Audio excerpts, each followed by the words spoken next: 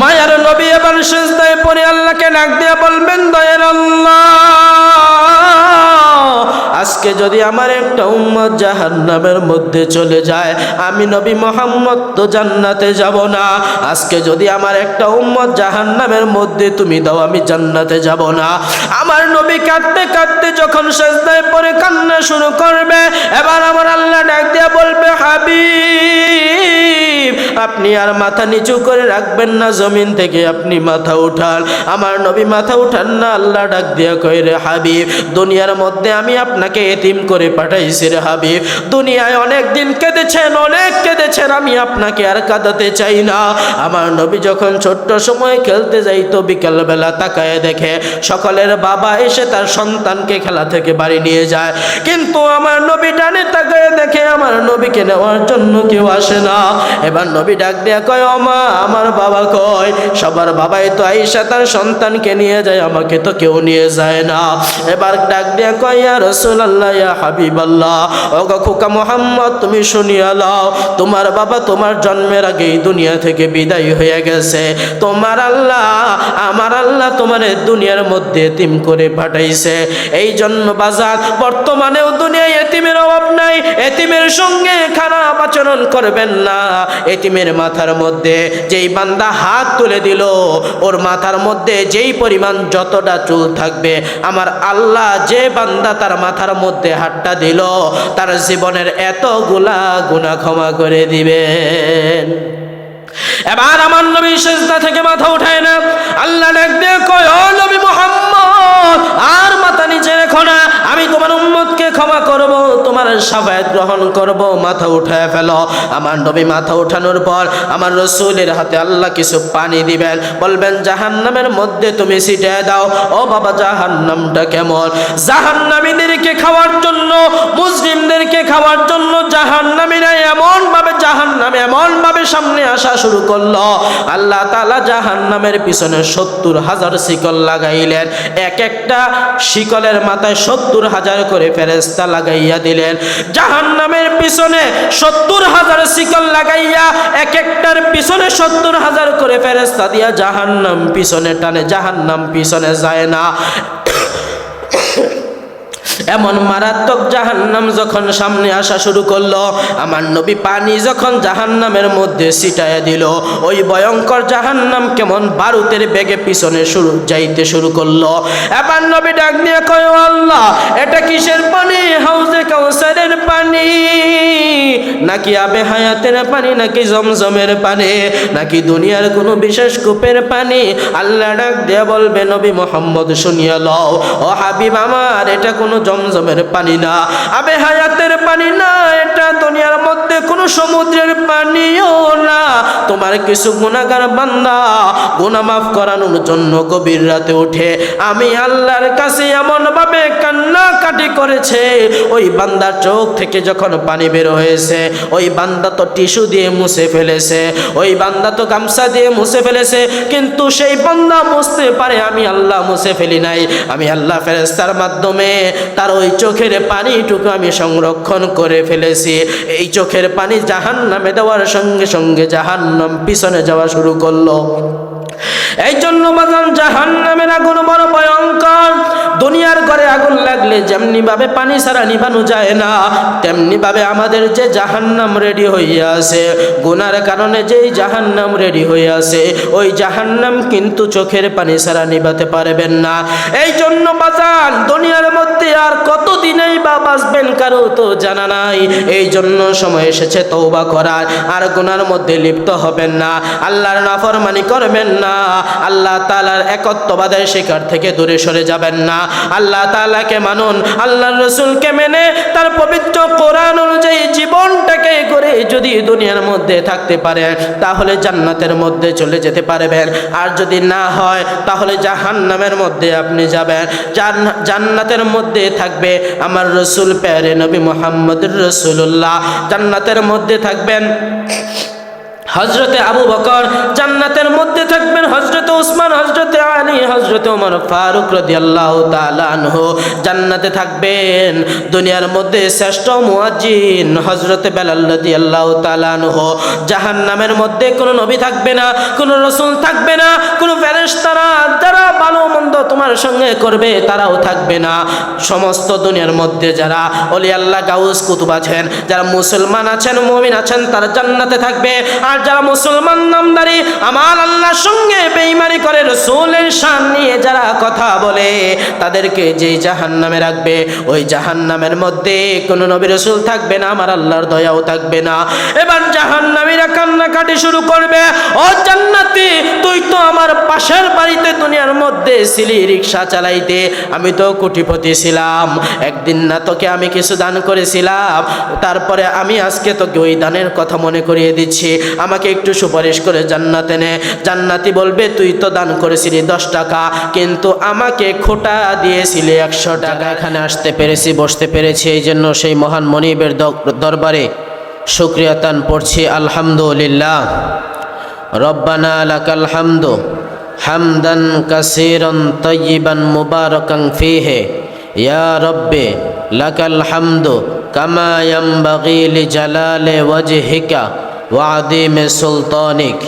আল্লাহ তাআলার প্রশংসা করলে আল্লাহ তাআলা সেই বান্দার নেয়ামত বাড়ায় দেয়, আর যদি অকৃতজ্ঞ হয় আল্লাহ তাআলা তার সেই নেয়ামত ধ্বংস করে দেয় এবং তার জন্য কঠিন আযাবের ব্যবস্থা আল্লাহ তাআলা পরবর্তীকালে রেখেছেন। সুতরাং মুসলমান এখনও যারা বাইরে ঘোরাফেরা করতেছেন, মেহেরবানি করে অনুরোধ করছি আপনারা একটু এসে এখানে বসেন। আল্লাহ তাআলা দুনিয়ায় শান্তি, পরকালে চিরমুক্তির ব্যবস্থা করে দিবে, পড়েন আমিন। আল্লাহ তাআলা পবিত্র কোরআনে ইরশাদ করছেন, লাহু মা ফিস সামাওয়াতি ওয়া মা ফিল আরদি ওয়া মা বাইনাহুমা ওয়া মা তাহতাস সারা। এই দুনিয়ার মধ্যে, আকাশের নিচে, জমিনের উপরে যা কিছু আছে, আল্লাহর এই বিশাল আসমানের নিচে, জমিনের উপরে, দুনিয়ার মধ্যে যা কিছু আছে, এই চন্দ্র বলেন, সূর্য বলেন, মানুষ, পশু পাখি, আল্লাহ বলছেন সব কিছুর মালিক একমাত্র আমি আল্লাহ। দুনিয়ার মধ্যে কোনো মালিক নেই, কোনো রজ্জাক নেই, কোনো রিজিক দাতা নাই, দুনিয়ার মধ্যে কোনো সৃষ্টিকর্তা নাই, পুরা দুনিয়ার মালিক একমাত্র আমি আল্লাহ। আল্লাহ তাআলার একজন নবী ছিলেন হযরতে মূসা আলাইহিস সালাম। হযরতে মূসা ডাক দিয়া কয়, আল্লাহ তোমার এই বিশাল দুনিয়ার মধ্যে আমি নবুয়ত পাইয়া দুনিয়ার মধ্যে ঘুরতেছি, আল্লাহ আমি তোমার প্রচার করি, তোমার দ্বীনের প্রচার করি, ও আল্লাহ তোমার সাথে কোনোদিন আমার সাক্ষাৎ হয় নাই, আল্লাহ আমি তোমাকে দেখতে চাই। আল্লাহ ডাক দিয়া বলে, মূসা তুমি আমাকে দেখে টিকতে পারবা না, কারণ আমি আল্লাহ তাআলাকে দেখার পর টিকে থাকার দুনিয়ার কোনো মানুষ, নবী রাসূল, জিন ইনসানের মধ্যে নাই। হযরতে মূসা বললেন, না না না আল্লাহ আমি দেখতে চাই। আল্লাহ বললেন, নবী মূসা তুমি ধ্বংস হয়ে যাবা। নবী মূসা ডাক দিয়া কয়, আল্লাহ আমি তোমার একজন নবী হইয়া তোমার দেখার কারণে ধ্বংস হইলেও সমস্যা নাই। এবার আমার আল্লাহ ডাক দিয়া কয়, নবী মূসা তুমি তুর পাহাড়ের একদম চূড়ায় চলে যাও। হযরতে মূসা আলাইহিস সালাতু ওয়াস সালাম তুর পাহাড়ের সব থেকে চূড়ায় চলে গেলেন। আল্লাহ বললেন, নবী মূসা তুমি এবার এখানে বসো। নবী মূসা এখানে বসিয়া গেলেন। আল্লাহ তাআলা বললেন, নবী মূসা তুমি যদি আমার সঙ্গে সাক্ষাৎ করতে চাও কয়েকটা স্টেপ বাই স্টেপ তোমাকে পূরণ করতে হবে। নবী মূসা ডাক দিয়া বলে, ঠিক আছে। এবার আমার আল্লাহ ডাক দিয়া প্রথমের আসমানে ফেরেশতাদেরকে ডাক দিয়া বলে, যা যা আমার মূসার কাছে যা। এবার প্রথম আসমানের ফেরেশতারা আমি মূসার সামনে দিয়ে যখন গেল, এই ফেরেশতাদেরকে কেমন যেন বিকট দুনিয়ার মধ্যে বৃষ্টি হইলে কেমন যেন আকাশের মধ্যে বজ্রঘাত হয়। নবী মূসার সামনে দিয়া যখন প্রথম আসমানে ফেরেশতারা গেল, আমার নবী মূসা আলাইহিস সালাতু ওয়াস সালাম কেমন ভয় পেয়ে গেলেন, আকাশ চমকানো শুরু করলো রে বাবা। এবার মূসা আলাইহিস সালাম যখন ভয় পাওয়া শুরু করলো, আল্লাহ ডাক দিয়া বলে, দ্বিতীয় ফেরেশতারা, ও দ্বিতীয় আসমানে ফেরেশতারা তোমরা যাও। এবার দ্বিতীয় আসমানে ফেরেশতারা যখন মূসা নবীর সামনে দিয়া গেল, কেমন যেন আগুনের বজ্রকণ্ঠ, আগুনের যেমন জিল সিলকি বের হইতেছে।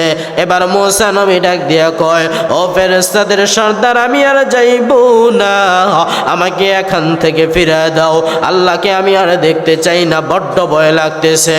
এবার বলে, না মূসা, তুমি এখন আর যাইতে পারবা না, এবার তোমার ধৈর্য ধারণ করা লাগবে রে মূসা। মূসা আলাইহিস সালাম বসে আছেন, তৃতীয় আসমানের ফেরেশতারা আসলো। তারা কেমন যেন বাঘের সুরত নিয়ে, বিভিন্ন পশু পাখির সুরত নিয়ে গেল। এবার মূসা নবী কাঁপাকাঁপি শুরু হইয়া গেল, মনে করলেন আর বাঁচবেন না। এবার ডাক দিয়ে কই, আল্লাহ, ও দুনিয়ার মালিক আল্লাহ, আমার মালিক, আমি আর তোমাকে দেখতে চাই না, আমি যেই জায়গা থেকে আসছিলাম ওই জায়গার মধ্যে পৌঁছায় দাও। ফেরেশতা ডাক দেয়া কয়, না না, ও নবী মূসা, তুমি আর যাইতে পারবা না, এখানেই তোমার বসিয়া থাকতে হবে।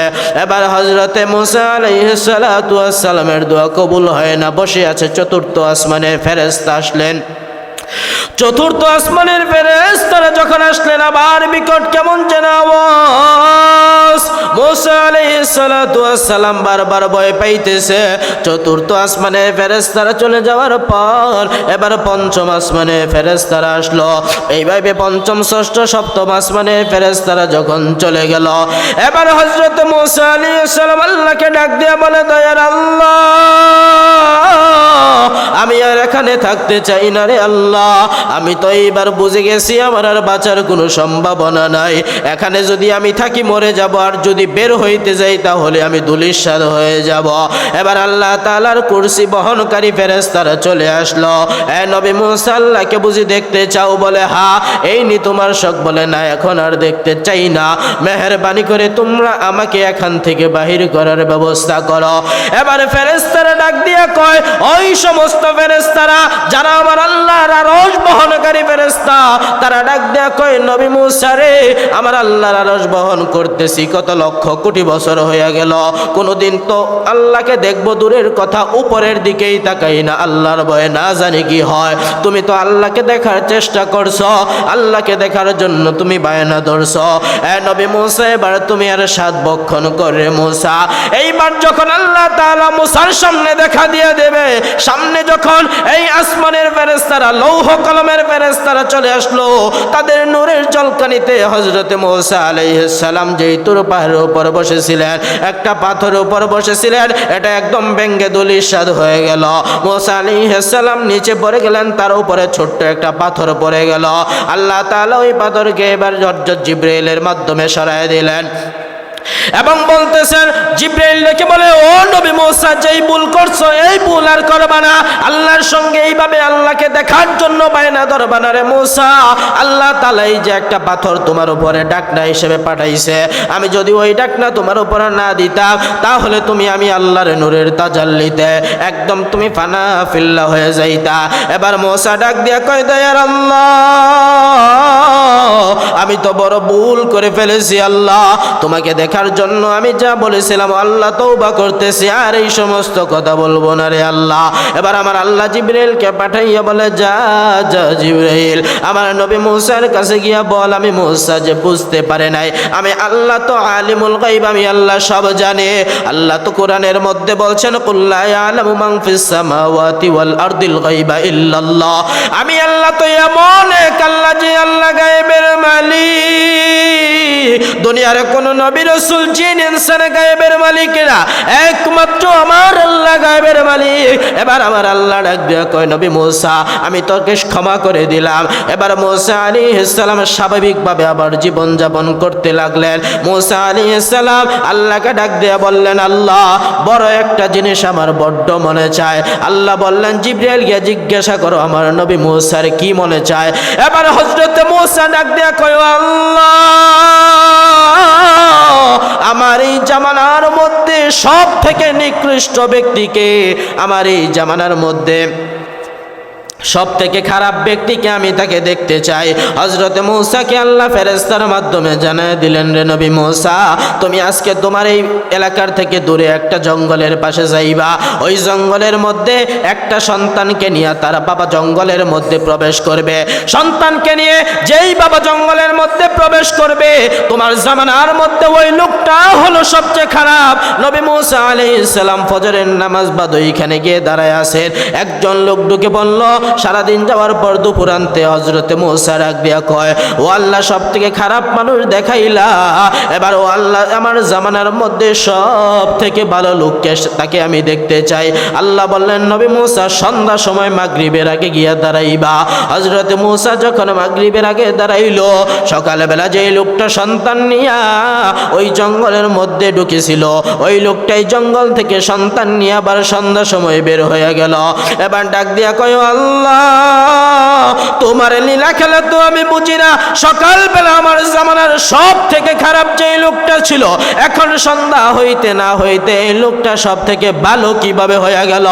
এবার আমার আল্লাহ ডাক দেয়া কয়, নবী মূসা শুনিয়া লও, এই লোকটা যখন জঙ্গলের মধ্যে চলে গেল, জঙ্গলে যাওয়ার পর তার সন্তান ডাক দিয়া কয়, বাবা, ও বাবা, আমি তোমার কাছে জানতে চাই, এই যে বিশাল বড় জঙ্গলের মধ্যে আসলাম, আমাদের বাড়ি ছেড়ে ছোট্ট বাড়ি থেকে এই জঙ্গলের মধ্যে আসলাম, ও বাবা, মনে চায় তোমার কাছে একটা আরজি প্রশ্ন করি রে বাবা, এই জঙ্গলের থেকে দুনিয়ার মধ্যে বড় কি কিছু আসেনি? বলে, হ্যাঁ বড় আছে। বলে, আব্বা কি? বলে, ওই যে দূরে দেখো পাহাড়, ওই পাহাড়টা এই জঙ্গলের থেকেও বড়।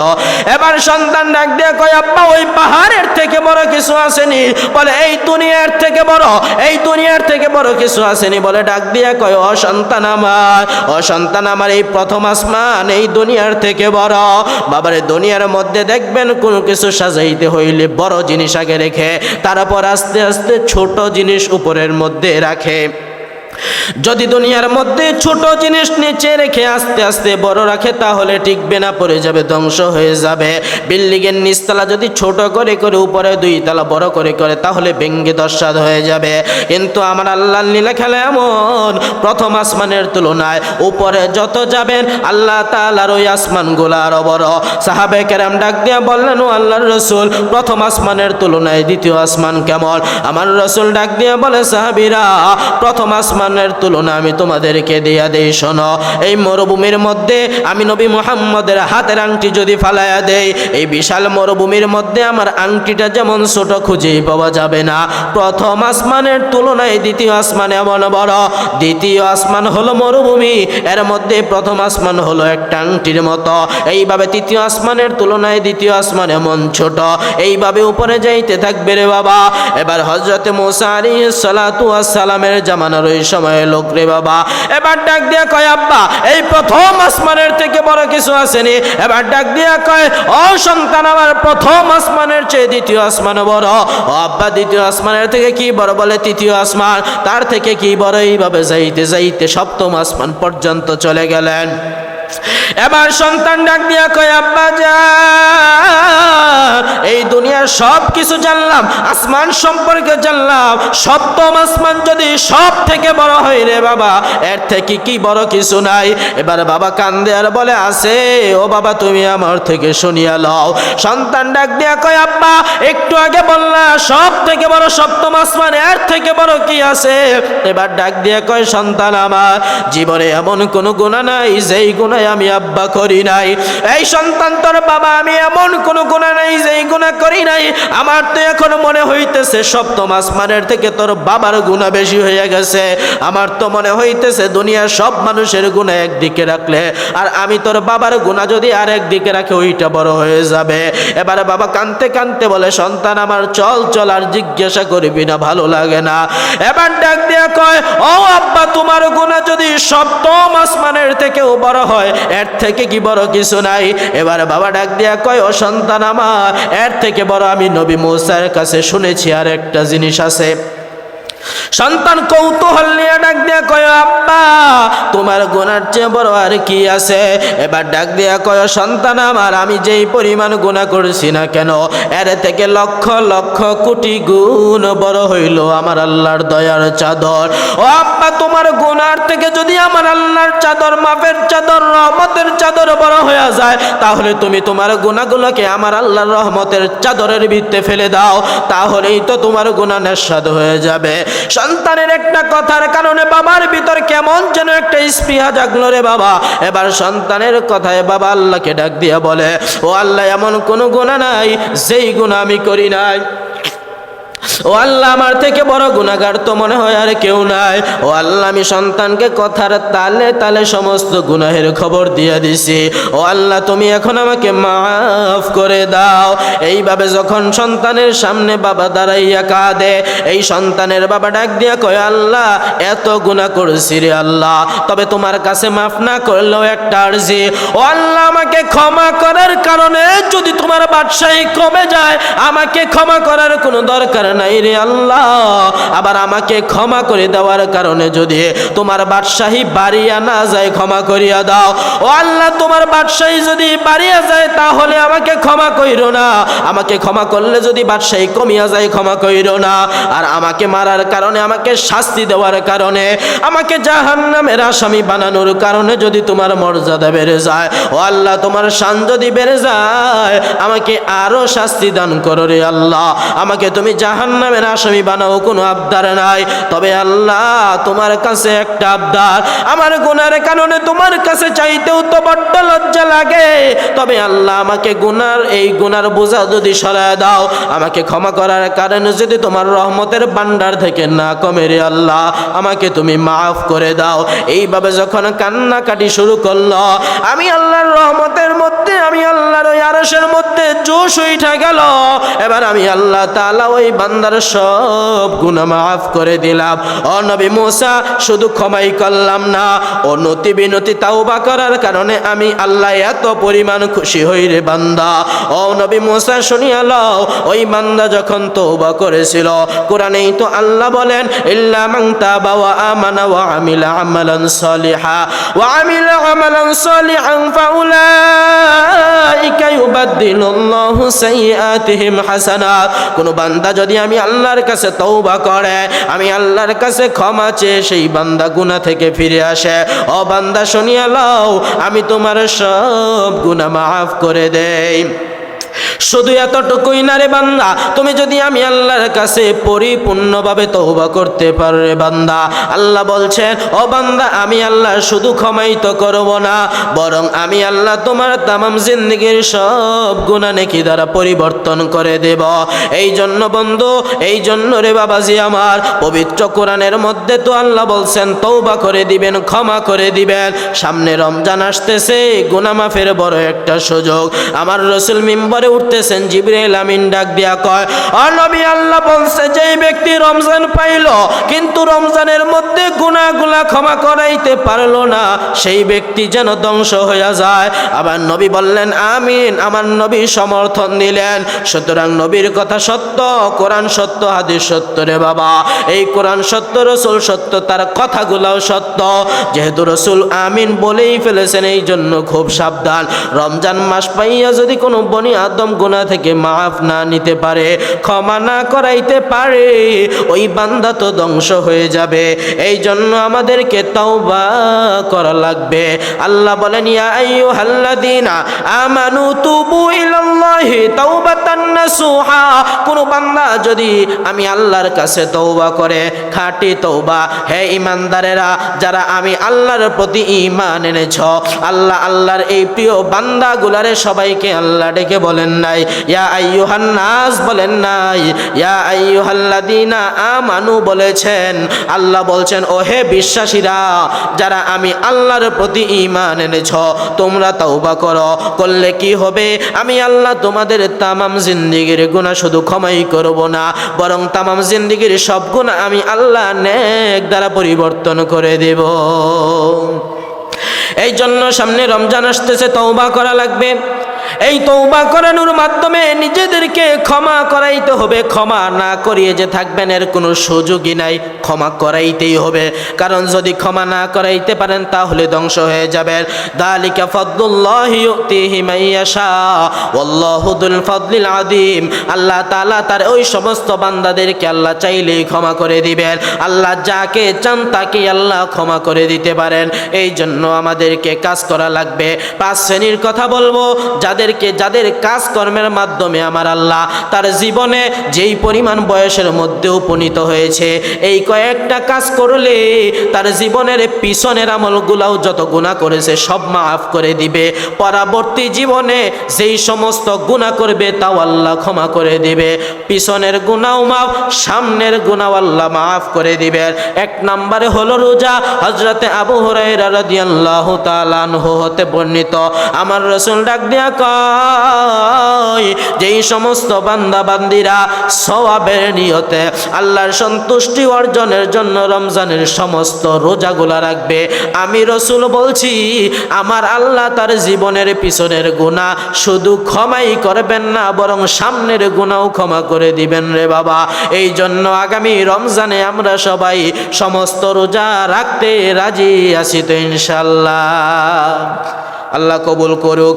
2 নম্বরে যেই জিনিস সেইটার নাম হলো ওই রমজানের ভিতরেই তারাবি যেই বান্দা আমার আল্লাহকে খুশি করার জন্য আদায় করবে, পরিপূর্ণভাবে আদায় করবে, সওয়াবের নিয়তে আদায় করবে, তার জীবনের গুনাহ মাফ করানোর জন্য আদায় করবে, প্রত্যেক দিন করবে, ফাঁকি দিবে না। 5 ওয়াক্ত নামাজ তো পড়বেই, বাকি জীবন আর নামাজ ছাড়বে না। সাথে রমজানে রোজা রাখবে এবং রাত্রে কিয়াম করবে, দাঁড়িয়ে তাহাজ্জুদের আগে এই 20টা রাকাত তারাবি পড়ে নিবে। আমার রাসূল বলছেন তার জীবনের আগের পরে সব গুনাহ আল্লাহ মাফ করে দিবেন। 3 নম্বরে যে জিনিস, সেই জিনিসের নাম হলো কদর রে বাবা।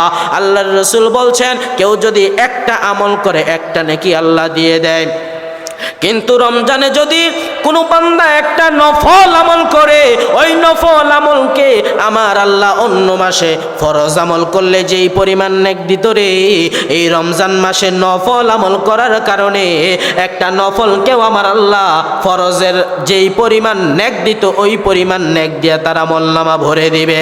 শুধু তাই নয় রে বাবা, দুনিয়ার মধ্যে কোনো মানুষ যদি রমজান পাওয়ার পরে একটা ফরজ আদায় করে, আল্লাহ তো বলছেন, রাসূল বলছেন, যদি কেউ একটা ফরজ আদায় করে অন্য মাসে করলে একটাই ফরজ হবে, আর রমজান মাসে যদি একটা ফরজ আদায় করে 70টা ফরজ আদায়ের সওয়াব দিয়ে দেব। আমার আল্লাহ তাকে এই পরিমাণ নেক দিয়ে দিবে তার আমলনামায়। আরেকটা হলো রমজানের ভিতরে তার নাম হইল লাইলাতুল কদর। কোনো বান্দা যদি কদরের রাতে আমল করে, বান্দা যদি কদরের রাত পাওয়ার পর তারা কদর করে, গুনাহ মাফের জন্য নেক আমল করে, আমার আল্লাহ শুধু একটা নেকি তাকে দিবে না, 70টা নেকি দিবে না, 27 গুণ বাড়াইবে না। রাসূল বলেন আমার আল্লাহ তাআলা ওই কদরের রাত্রিতে বান্দার আমলের কারণে এত বেশি খুশি হয়ে যায়, বরং তার একটা আমলকে 32,000 গুণ বেশি নেক দ্বারা পরিবর্তন করে দেয়। একটা আমল করবেন 32,000টা আমল করার সওয়াব। একবার সুবহানাল্লাহ যদি আজকে বলেন, একবার সুবহানাল্লাহর সওয়াব পেয়ে যাবেন। আর যদি রমজানের এই কদরের রাতে একবার পড়েন, তাহলে 32,000 বছরের নেক দ্বারা যিনি আমাদের আমলনামা ভরে দিবেন তিনি কে? 4 নম্বরে হলো প্রশংসা। শুরুতেই বলেছি লাইন শাকারতুম লাযীদান্নাকুম ওয়া লাইন কাফারতুম ইন্না আযাবি লাশাদীদ। শুকরে নেয়ামতে আফজু কনাদ, কুফরে নেয়ামতে নুকসা কুনাদ। দুনিয়ার কোনো মানুষ যদি নেয়ামত পাওয়ার পরে আমি আল্লাহ তাআলার প্রতি কৃতজ্ঞ হয়ে যায়, নেয়ামত পাওয়ার পর যদি প্রশংসা করে, আমি আল্লাহ তাআলা তার প্রতি খুশি হয়ে যায়। আর যদি নেয়ামত পাওয়ার পরেও না শুকরগুজার বান্দা হয়, কঠিন আযাব তার জন্য রেখে দিয়েছে। হযরত মূসার জামানায় তুর পাহাড়ে কথা বলার জন্য নবী মূসা যাইতেছেন, হঠাৎ করে কিছু হাঁসের জবান আল্লাহ খুলে দিয়েছেন। হাঁসগুলা ডাক দেয়া কয়, ও নবী মূসা, বৃষ্টি কবে হবে? অনেক দিন যাবৎ বৃষ্টি হয় না, বড় কষ্ট হয় আমাদের হাসেদের। ও নবী মুসা আল্লাহকে জিজ্ঞাসা করবেন কতদিন পর বৃষ্টি হবে। আল্লাহ মুসাকে জানায় দিলেন, নবী মুসা গিয়া জানায় দাও 40 বছর পরে বৃষ্টি হবে। এবার নবী মুসা ডাক দিয়া কয়, ও হাসের আল্লাহ জানাইছে 40 বছর পরে বৃষ্টি হবে। হাঁসগুলার জবান আল্লাহ তো খুলেই দিয়েছেন, হাঁসগুলা বলতে লাগলো আলহামদুলিল্লাহ। নবী মুসা রাগান্বিত নবী, তিনি ডাক দিয়া কয়, ও হাসেরা তোমরা কি জানো 40 বছর কয়দিন? একদিন, 2 দিন, 7 দিন করে এক সপ্তাহ করে করে 1 মাস হয়, তারপরে 1 বছর হয়। 1 বছর যাইতে যাইতে এইভাবে 40টা বছর যাওয়ার পর 40 বছর, তোরা তো কেউ বাঁচবি না। এবার হাঁসগুলা ডাক দেয়া কয়, ও নবী মুসা, যে আল্লাহ 40 বছর পরে বৃষ্টি দিতে পারে, ওই আল্লাহ 40 দিন পরেও বৃষ্টি দিতে পারে, ওই আল্লাহ 40 ঘন্টা পরেও বৃষ্টি দিতে পারে, 40 সেকেন্ড পরেও বৃষ্টি দিতে পারে।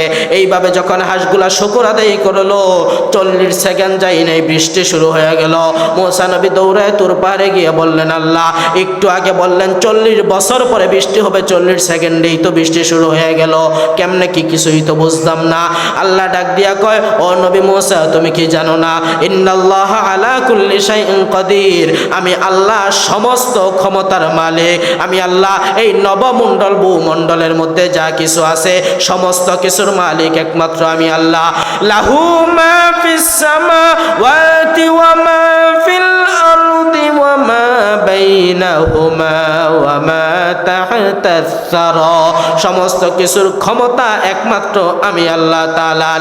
এই জন্য নবী মুসা ওই হাঁসগুলা যখন আমি আল্লাহর প্রতি কৃতজ্ঞ হয়ে গেল, হাঁসগুলা যখন আমি আল্লাহর খোলা জবান পেয়ে যখন আমি আল্লাহর প্রতি শুকর আদায় করলো, আমি আল্লাহর কেমন যেন একটা ভালো লাগলো।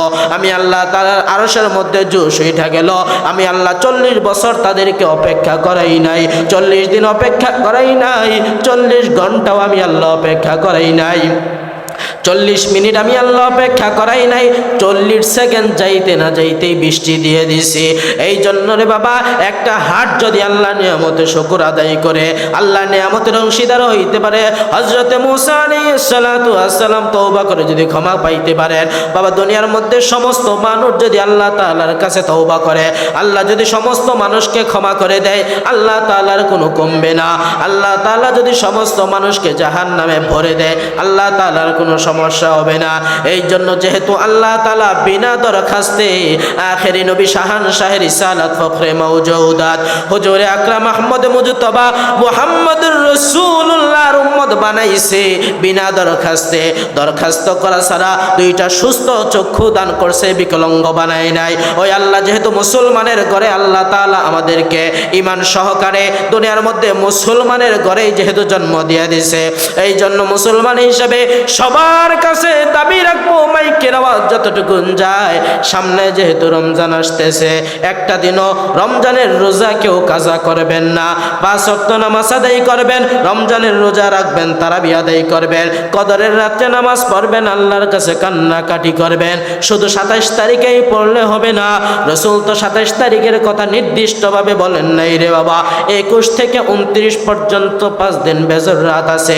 যদি কোনো বান্দা ওই 5টা দিন আমি আল্লাহ তাআলার কাছে কান্নাকাটি করে, আমার আল্লাহর কাছে তওবা করে, ইস্তেগফার করে, এই 5টা দিন যদি কোনো বান্দা আমি আল্লাহর কাছে ক্ষমা চায়, তাহলে তার নসিব ভালো থাকলে একদিন তো কদর পেয়ে যাবে। আর সব থেকে ভালো পুরুষের জন্য যদি ওই বান্দাটা ইতিকাফ করে, মসজিদে অবস্থান শেষের 10 দিন করে, সে যদি ইবাদত নাও করে কোনো কদরের রাত্রে, ওই ইতিকাফে বসার কারণেও আমার আল্লাহ তাকে ক্ষমা করে দিবেন। 5 নম্বরে হলো ওই জিনিসের যার কারণে আল্লাহ তাআলা তার জীবনের যেই বয়সে এসেছে তার পিছনের সব গুনাহ এবং মৃত্যুর আগে যত গুনাহ করবে সব গুনাহ আল্লাহ ক্ষমা করে দিবেন। ওইটা হলো মুমিন হিসেবে, মুসলমান হিসেবে বেশি হায়াত পাওয়া। যদি কোনো মানুষ বেশি হায়াত পায় মুসলমান হিসেবে, বেদ্দিন হিসেবে পাইলে লাভ নাই, হিন্দুরা পাইলে লাভ নাই, বৌদ্ধরা পাইলে লাভ নাই, ইহুদি নাসারা পাইলে লাভ নাই, রসুলে অবমাননাকারী ওই রাখালটা পাইলেও কোনো লাভ নাই, তাকে ফাঁসির আওতায় আনতে হবে। যারা রসুলের শান নিয়ে কথা বলবে তাদেরকে এই বাংলাদেশের মুসলমান ছেড়ে দিবে না। এই জন্য মুসলমান তাওবা করা লাগবে, এছাড়া কোনো উপায় নাই।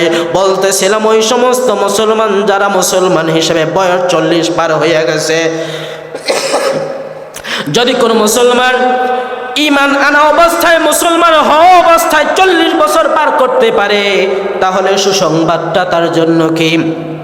রসুল বলতেছেন যদি কোনো মানুষ মুসলমান হিসেবে 40টা বছর পার করে, 40 বছর পার হওয়ার সঙ্গে সঙ্গে আল্লাহ তাআলা তার ভিতরে পাগলামির যে স্বভাবগুলো আছে এই পাগলামি দূর করে দিবেন। চর্মরোগ থাকলে দূর করে দিবেন, তার মধ্যে কুষ্ঠ রোগ থাকলে দূর করে দিবেন। এই সমস্ত রোগ তাকে আর কোনোদিন ধরবে না। এবার 40 বছরের পরে যারা এই সমস্ত রোগের মধ্যে আক্রান্ত, পাগলামি করে, বুঝতে হবে আমি আল্লাহ তাআলার কাছে নৈকট্যপূর্ণ বান্দা হইতে পারে নাই। আর যেই বান্দা 40 গড়াইতে গড়াইতে 50-এর ঘরটা পার করে দিবে, আল্লাহ তাআলা তার জীবনের যে হিসাব কিতাব আছে, তার আমলনামা আছে, এত পরিমাণ গুনাহ করছে, তাকাইলে শুধু গুনাহ, ডানে তাকাইলে গুনাহ, বামে তাকাইলে গুনাহ, গুনাহ আর গুনাহ। ওই বান্দার গুনাহগুলো আল্লাহ তাআলা নেকের দ্বারা কামাইতে থাকবে, কমাইতে থাকবে, কাটতে থাকবে। নেক করবে, গুনাহ কমতে থাকবে, নেকের পাল্লা বাড়ি হইবে, গুনাহের পাল্লা কমতে থাকবে। আল্লাহ তার হিসাব কিতাবগুলোকে সহজ করে দিবেন। যেই বলছেন যেই ব্যক্তি 5 ওয়াক্ত নামাজের পরে আয়াতুল কুরসি পাঠ করবে, ওই বান্দা মরতে দেরি রে, ওই বান্দাকে আমার আল্লাহ জান্নাতে দিয়া দিতে দেরি করবেন না। যেই বান্দা 60 নাম্বার বয়স সমাপ্ত করে 70-এর মধ্যে গড়াইতে পারবে মুসলমান হয়ে, বেদিনরা যদি 70 গড়ায়, 100-150 গড়ায়, কোনো লাভ নাই।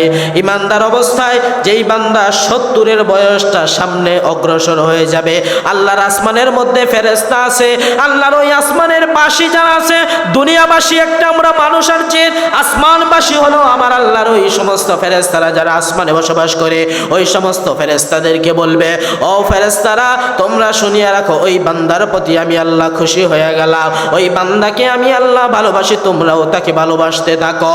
ফেরেশতারাও ভালোবাসতে লাগবে। আল্লাহ প্রথমে জিবরাইলকে ডেকে বলবেন, জিবরাইল দুনিয়ার অমুক বান্দাকে আমি আল্লাহ বড্ড ভালোবাসি, তুমিও বাসো। হযরতে জিবরাইল ভালোবাসতে থাকবেন। হযরতে জিবরাইল যখন ভালোবাসবেন, জিবরাইল সমস্ত ফেরেশতাদের ডাক দিয়ে বলবেন, ও ফেরেশতাকুল, ওই বান্দাকে দুনিয়ার অমুকের ছেলে আবুল কাসেমের ছেলে আব্দুল্লাহকে আমার আল্লাহ ভালোবাসে, আমার আল্লাহ ভালোবাসার কারণে আমি জিবরাইল তাকে ভালোবাসি, সুতরাং তোমরাও তাকে ভালোবাসো। সমস্ত ফেরেশতারা ভালোবাসতে শুরু করবে। এবার সমস্ত ফেরেশতারা দুনিয়ার মানুষের কাদের মধ্যে এসে কানে কানে ভিতরে বলে দিবে, ও দুনিয়ার মানুষেরা, ওই লোকটাকে আল্লাহ ভালোবাসে, জিবরাইল ভালোবাসে, আমরা আসমানের সমস্ত বাসিন্দারা ভালোবাসি, তোমরাও ভালোবাসো। তাদের প্রতি দুনিয়ার মানুষের মায়া মহাব্বত আল্লাহ তাআলা বাড়ায় দেন। আর যেই বান্দা 70-এর বয়স গড়াইলো কিন্তু মুমিন হয় নাই, মুসলমান হয় নাই, আল্লাহ তাআলার সঙ্গে নাফরমানি করে রে, হযরত জিবরাইল আমিনকে আল্লাহ ডাক দিয়ে বলে, ও জিবরাইল বান্দাটা 70 গড়াইলো কিন্তু এখনো এর উপরে উঠতে পারে নাই, ওই বান্দাকে আমি আল্লাহ তাআলা ভালোবাসি না, তাকে আমি ঘৃণা করি, তুমিও ঘৃণা করো। এবার হযরত জিবরাইল আমিন তাকে ঘৃণা শুরু করে। জিবরাইল ডাক দিয়ে কয়, ও আসমানবাসীরা, আল্লাহ তাকে ভালোবাসে না, আমিও বাসি না, তোমরাও বেশো না, তোমরাও ঘৃণা করো। দুনিয়ার মানুষের মনের মধ্যে কেমন যেন একটা তারা ফুৎকার দিয়ে দেয়, দুনিয়ার মানুষরাও তাকে অমঙ্গল কামনা করে, তাকে ভালো না বাসতে শুরু করে। এই জন্য মুসলমান 70 বয়স যাদের গড়াইছে, মুসলমান এখনো পরিপূর্ণ হতে পারেন নাই, মুসলমান হওয়া লাগবে। শুধু মুখে মুসলমান বললেই হবে না, আল্লাহর কোরআনের শুরু থেকে শেষ পর্যন্ত পড়তে হবে, সেই অনুযায়ী জানতে হবে, সেই অনুযায়ী জীবনে এবং আমাদের রাষ্ট্রীয় কল্যাণ যেইভাবে হয় এইভাবে জীবনে আমাদেরকে প্রয়োগ করতে হবে। যেই বান্দা 70 থেকে গড়িয়ে 80-র মধ্যে চলে যাবে, আল্লাহ তাআলা তাকে কবুল করে নেবে। যত তার নেক আমল জীবনে করেছিল, বিভিন্ন ভুল ত্রুটির কারণে নেকগুলা কবুল হয় নাই, আমার আল্লাহ তাআলা যত আমল ওই বান্দা জীবনের জন্মের পর থেকে করেছে, সমস্ত আমলগুলো আল্লাহ 80 করাইলে কবুল করে নেবেন। আল্লাহ তাআলা তার সমস্ত আমলগুলা কবুল করে নেবেন, তাকে জান্নাতের একজন মেহমান হিসেবে এই দুনিয়ার মধ্যে বসবাসের ব্যবস্থা করে দিবেন। আর যেই বান্দা 70 গড়াইয়া 80 গড়াইয়া 90-এর মধ্যে চলে যাবে রে বান্দা, এবার যেই বান্দা 90 গড়াইল এখনো মুসলমানিত্ব ছাড়ে না, নামাজ কাজা করে না, রোজা ছাড়ে না, সামর্থ্য থাকলে হজ করেছে, যাকাত আদায় করে পরস্পরে মুসলমানের হক মেরে খায় না, আল্লাহ তাআলা ওই বান্দার সব গুনাহ মাফ করে দিবেন। এই জন্য আমাদেরকে এই রমজান মাস সামনে পাইতেছি, এই রমজান মাসে আমাদের সমস্ত গুনাহকে মাফ করাইতে হবে। শুধু মাফ করাইলেই চলবে না, মাফ করানোর পর এই মাফটা যেন ধরে রাখতে পারি সেই জন্য চেষ্টা করা লাগবে। কারণ রাসূল তো আমিন বলে ফেলেছেন, হযরতে জিবরাইল আমিনের দোয়ায় তো রাসূল আমিন বলে ফেলেছেন, যেই বান্দা রমজান মাস পাইল কিন্তু তার গুনাহ মাফ করাইতে পারলো না, সে ধ্বংস হয়ে যাবে। এই জন্য বাবা রমজান আসতেছে, রমজানের আগ থেকেই গুনাহ মাফের জন্য একটা প্রস্তুতি গ্রহণ করে ফেলবেন। এরপরে রাসূল যখন আরেক মিম্বরের মধ্যে পা দিলেন, হযরতে জিবরাইল আমিন ডাক দিয়া বলে, ইয়া রাসূলুল্লাহ, ইয়া হাবিবাল্লাহ, দুনিয়ার যেই বান্দা তার পিতাকে পাইলো অথবা তার মাতা পাইলো অথবা উভয়জনকে পাইলো, বৃদ্ধ পিতা মাতাকে পাইলো কিন্তু তাদের খেদমত করে তাদেরকে সন্তুষ্ট করাইতে পারলো না, জান্নাত কামাই করতে পারলো না, পিতা মাতার সঙ্গে ভালো ব্যবহার করে যেই বান্দা জান্নাত কামাই করতে পারলো না, ইয়া রাসূলুল্লাহ, আমি আল্লাহর পক্ষ থেকে বলছি আমার আল্লাহ ওই বান্দাকে ক্ষমা করবে না। রাসূল বললেন আমিন। যখন তৃতীয় মিম্বারে উঠলেন, এবার বলছেন, ইয়া রাসূলুল্লাহ, ইয়া হাবিবাল্লাহ, যেই বান্দা আপনার নাম শুনবে রে কিন্তু আপনার প্রতি দুরূদ পড়বে না, আপনার নাম কোথাও উচ্চারণ হবে, নারে তাকবীর, আল্লাহু আকবার উচ্চারণ হবে, এরপরে যখন নারে রিসালাত মুহাম্মাদুর রাসূলুল্লাহ উচ্চারণ হবে, কালিমার মধ্যে আপনার নাম উচ্চারণ হবে, কারো বক্তব্যের মধ্যে উচ্চারণ হবে, কিংবা কোনো স্লোগানের মধ্যে উচ্চারণ হবে, কিংবা কোনো কিতাবের মধ্যে পাঠ করবে, কিন্তু আপনার নামের পরে যেই বান্দা দুরূদ পড়বে না, আমার আল্লাহ ঘোষণা দিয়েছেন আপনার সম্মানের কারণে আল্লাহ তাকে ক্ষমা করবেন না। রাসূল বললেন আমিন। এই জন্য মুসলমান বাবা মাকে যদি একজনকে পেয়ে থাকেন, যদি কষ্ট দিয়ে থাকেন, এই সমাজের মধ্যে বর্তমানে দেখা যায় সন্তান জায়গা জমির জন্য বাবাকে হত্যা করে, বাবার গায়ের মধ্যে হাত তোলে, মায়ের গায়ের মধ্যে হাত তুলে মাকে খেতে দেয় না। এই সমস্ত বান্দাদেরকে, এই সমস্ত ব্যক্তি যদি প্রত্যেক বছর হজ করে জীবনটাকে শুধু উমরা করতে করতে ওই বান্দা যদি কুজাও হয়ে যায়, ওই বান্দা যদি অবশ হাত পাও হয়ে যায়, দান করতে করতে তার জীবনের সমস্ত সম্পদ যদি আমার আল্লাহর রাস্তায় দান করে ফেলে, তারপরে ওই বান্দার কোনো আমল আমার আল্লাহ কবুল করবেন না, তাকে মাফ করবেন না, জান্নাত দান করবেন না। এই প্রথমে বলেছিলাম রমজান মাস পাইলো কিন্তু গুনাহ মাফ করাইতে পারলো না, এটাই হলো মূল পয়েন্ট। সামনে যেহেতু রমজান আসতেছে, এই জন্য তওবা করো, তওবা করার সারা বিকল্প মুসলমানের কিছুই নাই রে বান্দা, তওবা করা লাগবে। অতি গভীর হয় রজনী যখন, নীরবে প্রভুর নাম জপিও তখন, প্রভুর করুণা যদি পাইবার চাও, গভীর রাতে উঠে প্রভুর গুণগান গাও। এই জন্য মুসলমান যদি আমার আল্লাহর করুণা পাইতে চাও, আমি আল্লাহর সন্তুষ্টি যদি পাইতে চান রে বান্দা, তাহলে গভীর রাতে উঠে আমি আল্লাহর কাছে কান্নাকাটি করা লাগবে। যদি মালাকুল মাউত চলে আসে, এরপরে যদি তওবা করেন কোনো কাজে আসবে না। মালাকুল মাউত যখন জানটা কবজ করার জন্য চলে আসবে, এরপরে যতই তওবা করেন আর তওবা কবুল হবে না। আর মালাকুল মাউত আসার পরে যদি আপনি পালাতে থাকেন, পালাতেও পারবেন না, পালিয়ে কোথাও যেতে পারবেন না। মালাকুল মাউত আপনাকে যখন কলিজা ছিঁড়ে রে বাজান যখন জানটা কবজ করে নিবে, যদি মুমিন হন তাহলে কলিজার মধ্যে টান দিয়ে আস্তে করে রুহটা বের করে নিয়ে যাবে, টেরও পাবেন না। আর যদি নাফরমান হন, আল্লাহু আকবার বাজান, জীবনটাই বরবাদ, দুনিয়াও শেষ পরকালও শেষ। দুনিয়ার মধ্যে মানুষ থুতু দিবে, পরকালও শেষ হয়ে যাবে।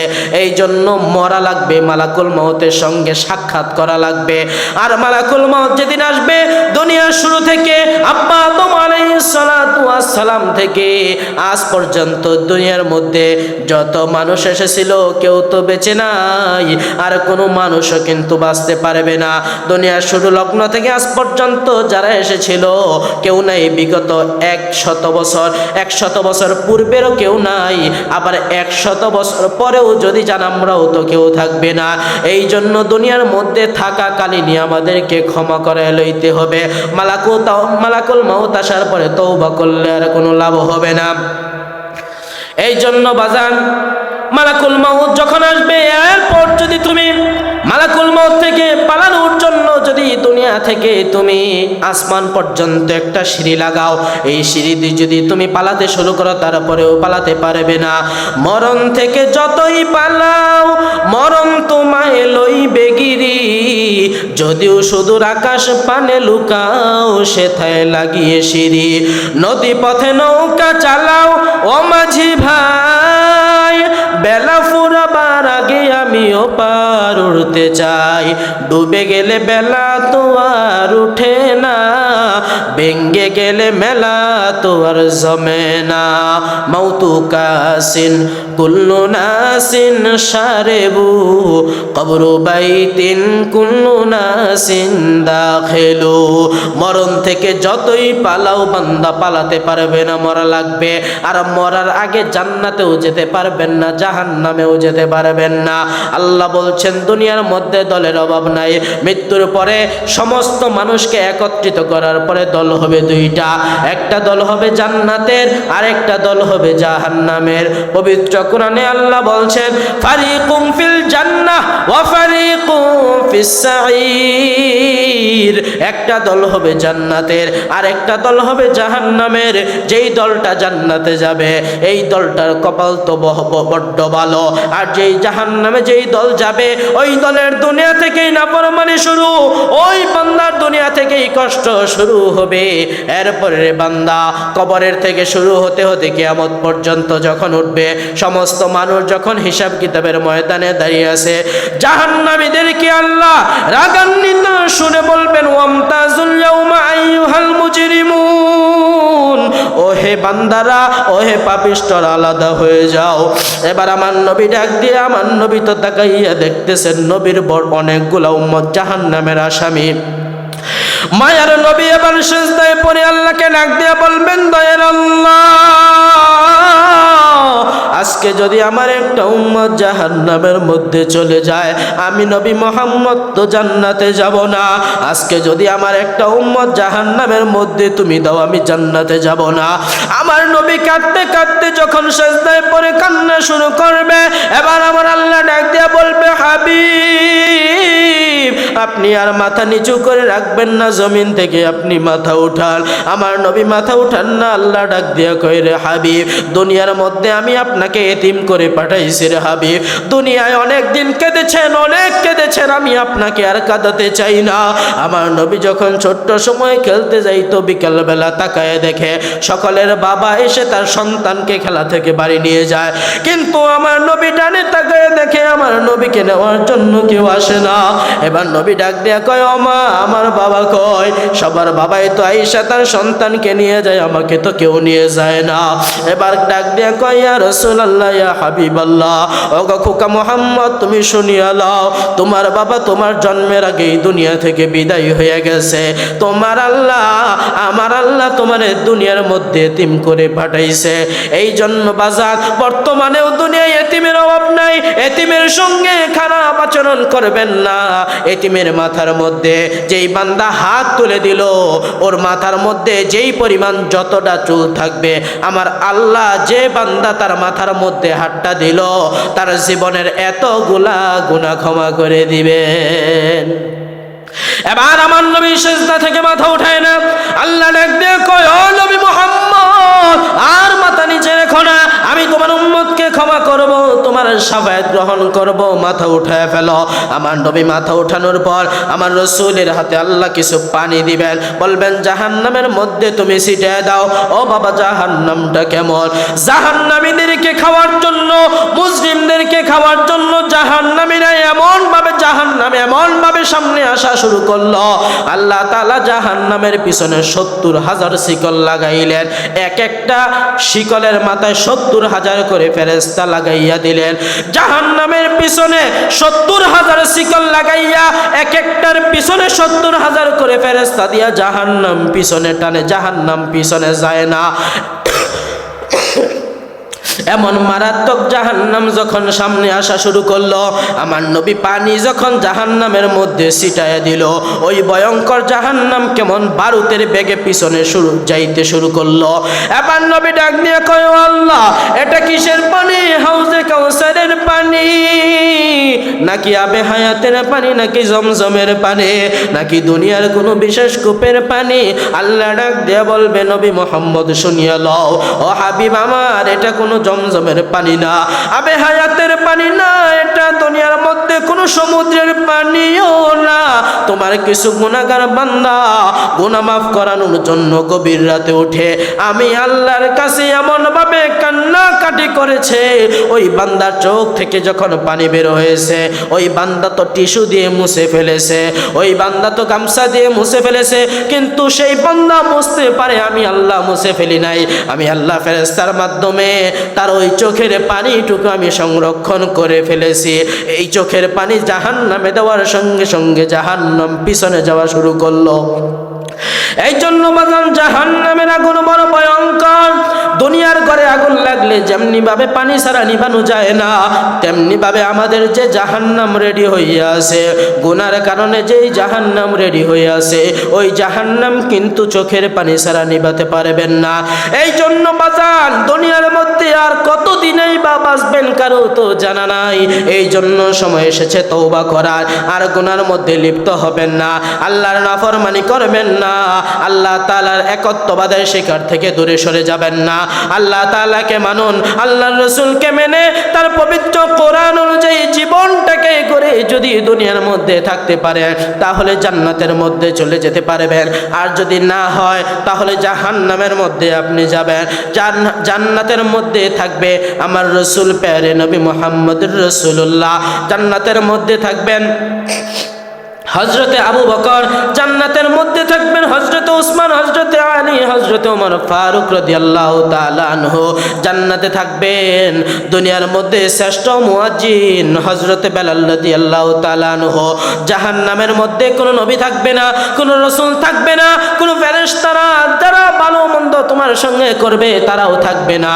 সমস্ত দুনিয়ার মধ্যে যারা ওলি আল্লাহ গাউস কুতুব আছেন, যারা মুসলমান আছেন, মুমিন আছেন, তারা জান্নাতে থাকবে।